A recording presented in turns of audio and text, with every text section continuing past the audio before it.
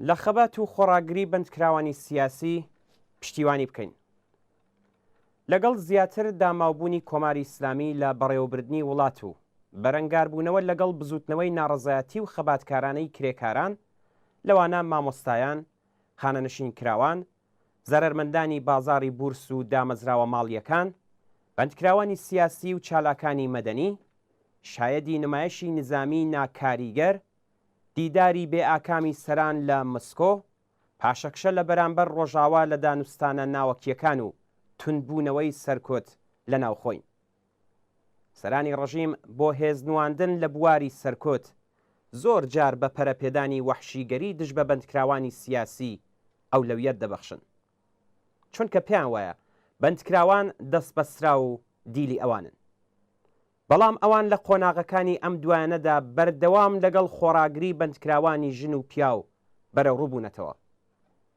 بۆ نمونە پاش ئەوەی کە بەرپرسانی زیندانی ئەڤین لە ڕێگەی کەمتەرخەمی بە ئانقەست بوون بەهۆی گیانبەختکردنی بەکتاش ئاپتین، بەندکراوی سیاسی و هونەرمەندی خەباتکار، ناڕەزایەتی بەرین لە ناوخۆ و دەرەوەی زیندان دەستی پێکرد.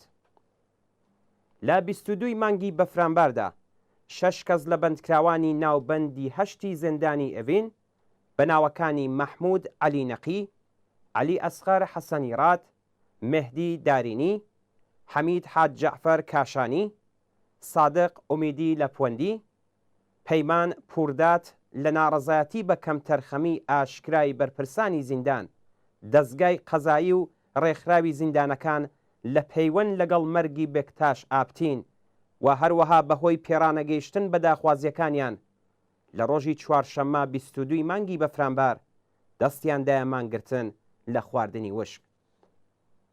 ناوەندی نووسەرانی ئێران ڕۆژی شەممە 25 مانگی بەفرامبار داوای لەم 6 بەندکراوە کرد تا کۆتایی بە مانگرتنی وشکی خۆیان بێنن.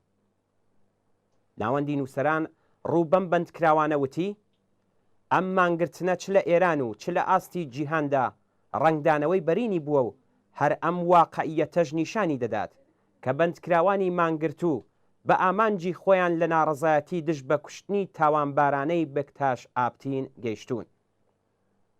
ناوەندی نووسەران لە یەکی ڕێبەنداندا لەم بارەوە بەیانیەکی دیکەی دایە دەر. لەم بەیانیەدا هاتووەکە لە وەڵام بە داخوازی ناوەندی نووسەرانی ئێران 3 کەس لەوانە سادق ئومیدی لەپوەندی، پەیمان پورداد و مهدی دارینی لە ڕێکەوتی 26 مانگی بەفرامبار مانگرتن لە خواردنی خۆیان لە وشکەوە بۆ تەڕگۆڕی.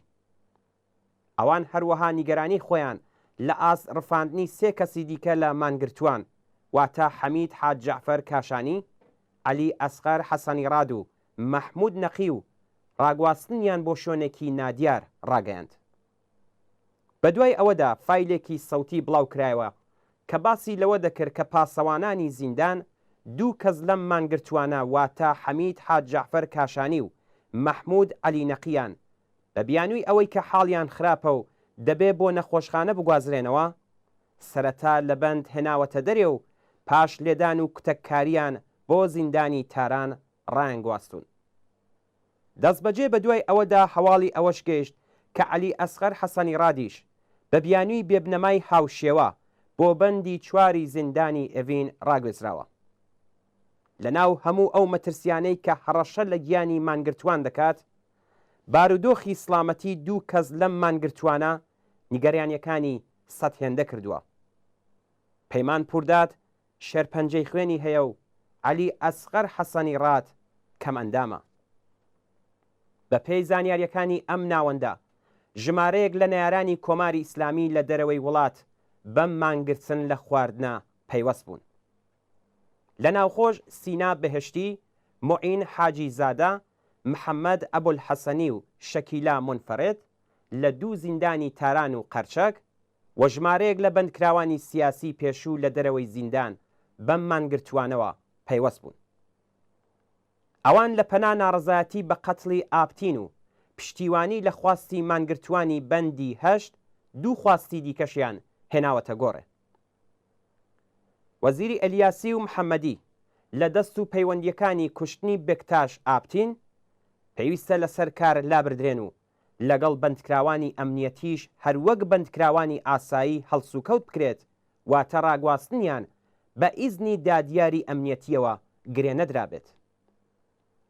بەرپرسانی زیندان وەک هەمیشە بە زیادکردنی گوشارەکان لەوانە پچڕاندنی پەیوەندی ناڕازیان لەگەڵ دەرەوە و ناردنیان بۆ ژووری تاکەکەسی و یان دوورخستنەوەیان بۆ ئەو زیندانانەی کە دەسڕاگەیشتنی بنەماڵەکان و دیدار لەگەڵ بەندکراوانی خەباتکار سەخت بێت هەوڵیان داوە لە پەرەسەندنی ناڕزایەتیەکان ڕێگری بکەن. هەر ئەم ڕەفتارە دەڕەندانەی خۆیان بۆتە هۆی ئەوەی کە ئاگری ناڕزایەتیەکان گەشاوەتر بێت. محەممەد ئەبولحەسەنی، سینا بەهشتی، حەمید کاشانی، محەممەد تۆرکان، مەحموود عەلینەقی، حسین قەشقایی، ڕەزا سەڵەواتی، میلاد ئەرسێنجانی، شەهاب سوڵتانیان، مهران دیڤلان ئازەری، ئەکبەر فەرەجی، بەندکراوانی زیندانی تاران لە بەیانیەیەکدا دژ بەم گوشارانە بە توندی ناڕزایەتیان دەربڕی و نووسیان. تەنیا چەند ڕۆژ لە مەرگی بێکتاش ئاپتین تێپەڕ نەبووە کە شەپۆلی پشتیوانی و دادخوازی لەو باقی بەندکراوانی کوژراو لە ئێران دەستی پێکردووە. پاشگواستنەوەی بەندکراوان و ڕفاندنیان بۆ شوێنێکی نامەعلوم بۆ تێکشکاندنی ئەم هاوپشتیە لە زیندانەکانی ئێران لەوانە حەمید حاج جەعفەر کاشانی و مەحموود عەلینەقی و ڕاگواستنی محەممەد ئەبولحەسەنی بۆ زیندانی تاران لە ئێستادا نۆرەی کەیوان سەمیمی هاتووە. کەیوان سەمیمی چالاکی سیاسی و ڕۆژنامەوان کە لە ساڵانی بەر لە شۆڕش و پاش شۆڕش بەهۆی بڵاوکردنەوەی ڕاستیەکان لە ڕۆژنامە و گوڤارەکان لە پێناو خەبات دژ بە زوڵم و ستەم زۆر جار دەست بەسەر کراوە و ساڵهایە لە زینداندا بەسەر دەبات و هەروەها ژمارەیەک بەندکراوی چالاکی دیکە لە ترسی یەکگرتوویی و هاوپشتی لە نێوان بەندکراوان بۆ زیندانەکانی تر دوور دەخەنەوە. لەم بەیانیەدا هەروەها داوا کراوە ئێمە بەندکراوانی سیاسی خوازیاری هەڵسوکەوتی بەرگرانە دژ بە دەست و پەیوەندیەکانی قەتڵی بێکتاش و سەدان بەندکراوی دیکە و لەوەش پانتر خوازیاری ڕێگری لە مەرگی هەزاران بەندکراوانی دیکە و ڕزگاربوونیان لە ئەشکەنجەین کە پاش مەرگی بێکتاش ئاپتین خەریکە ڕوو دەدات. کەشوهەوای خەباتکارانەی ناوەوەی زیندان بێگومان ڕنگدانەوەی ڕۆحیەی خەباتکارانەی جەماوەری ئازادی خوازی ناو کۆمەڵگایە. بێگومان خودی ئەم فەزایە کەشوهەوای خەباتکارانەوەی دەرەوەی زیندانەکانیش بەهێز دەکات. هەر بۆیە پشتیوانی لە خەبات و ناڕزایەتی بەندکراوانی سیاسی ئەرکێکی هەمیشەیی چالاکانی کۆمەڵایەتی کرێکارانی وشیار و هاوڵاتیانی ناڕازیە.